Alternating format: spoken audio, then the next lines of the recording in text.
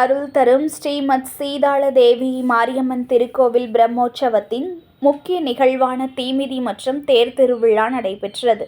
ஏராளமான பக்தர்கள் தீ மிதித்த நிலையில் மயில் வாகனத்தில் சீதாள தேவி மாரியம்மன் திருத்தேரில் எழுந்தருளி பக்தர்கள் வடம் பிடித்து இழுத்து வீதியுலா நடைபெற்ற இந்த திருவிழாவில் திரளான பக்தர்கள் பங்கேற்று தரிசனம் செய்தனர். மயிலாடுதுறை மாவட்டம் தரங்கம்பாடி தாலுகா திருக்காலச்சேரி கிராமத்தில் அருள் தரும் ஸ்ரீமத் சீதாள தேவி மாரியம்மன் திருக்கோவில் பிரசித்தி பெற்றது. இவ்வாலயத்தின் பிரம்மோற்சவ விழா கடந்த 8ஆம் தேதி புஷ்ப அபிஷேகத்துடன் தொடங்கியது. 15ஆம் தேதி கொடியேற்றம் செய்யப்பட்டு 19ஆம் தேதி 5ஆம் பட ரதோற்சவம் நடைபெற்றது. இந்த நிலையில் பிரம்மோற்சவத்தின் முக்கிய நிகழ்வான தீமிதி மற்றும் தேர் திருவிழா நடைபெற்றது. இதனை முன்னிட்டு வீரசோழன் ஆற்றங்கரையிலிருந்து சக்தி கரகம் புறப்பாடு செய்யப்பட்டது.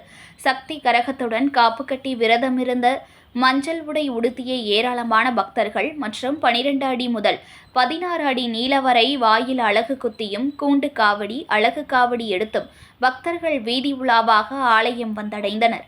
மயில் வாகனத்தில் ஸ்ரீமத் சீதாளதேவி மாரியம்மன் எழுந்தருள செய்யப்பட்டு தீக்குண்டத்தில் சக்தி கரகம் இறங்கியது.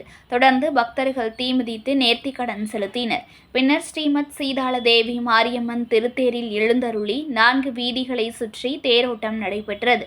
பக்தர்கள் வடம் பிடித்து இழுத்த தேரோட்டத்தில் வீடுகள் தோறும் தீபாராதனை எடுத்து பொதுமக்கள் வழிபாடு நடத்தினர். இதில் 1000த்திற்கும் மேற்பட்ட பக்தர்கள் கலந்து கொண்டு தீமிதி திருவிழாவை கண்டு சுவாமி தரிசனம் செய்தனர்.